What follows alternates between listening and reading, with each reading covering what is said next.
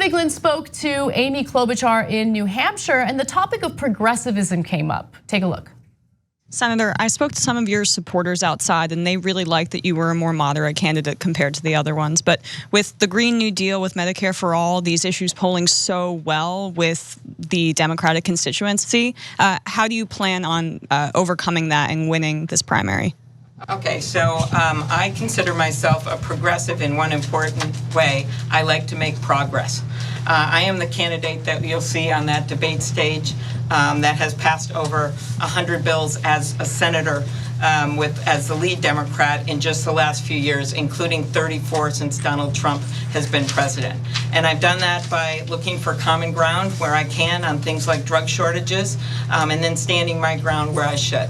And so I do believe I may be more moderate in tone than some of the people running for office, but I am betting that people don't want the loudest voice anymore. They've had that right now. That's the guy in the White House. All right. Thoughts?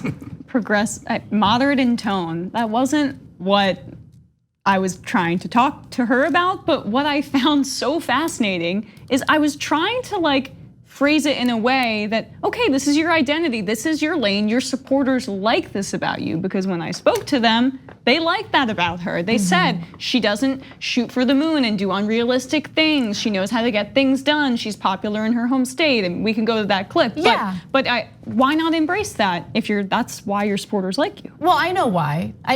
It's the same reason why a candidate like Kamala Harris will go on the debate stage and raise her hand when it comes to getting rid of private insurers for Medicare for All, and then go on cable news and say, no, that's not what I meant, that's not what I meant. They want to play this both sides game between the centrists and the progressives. They know that these progressive policies are polling well. I mean, look, two of the front runners are progressive candidates who are running on bold, progressive domestic policies.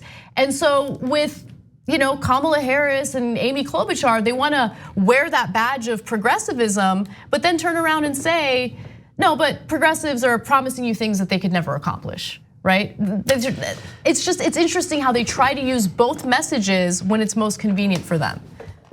Yeah, I mean, I guess I'll try to toot the horn of the prospect. So next week we finish our issue, and the core package in that issue is all the things that you can do as president without passing legislation in Congress. And this is what really distinguishes people who actually want to make progress with people like Amy Klobuchar who want to make incremental change through working in a bipartisan fashion.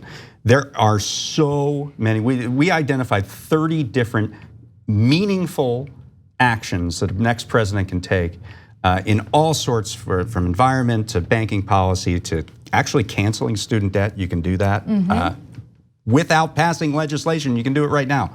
Through an executive order? Through using the Higher Education Act, something called Compromise and Settlement Authority. You can license prescription drugs, take them away from the drug companies, and license them to generic competitors right now without any kind of legislative impact. And I feel like that's where the rubber meets the road here. If you're progressive because you want to make progress, I got 30 ways that you can make progress, a whole lot of it, without needing to get Mitch McConnell's say-so. I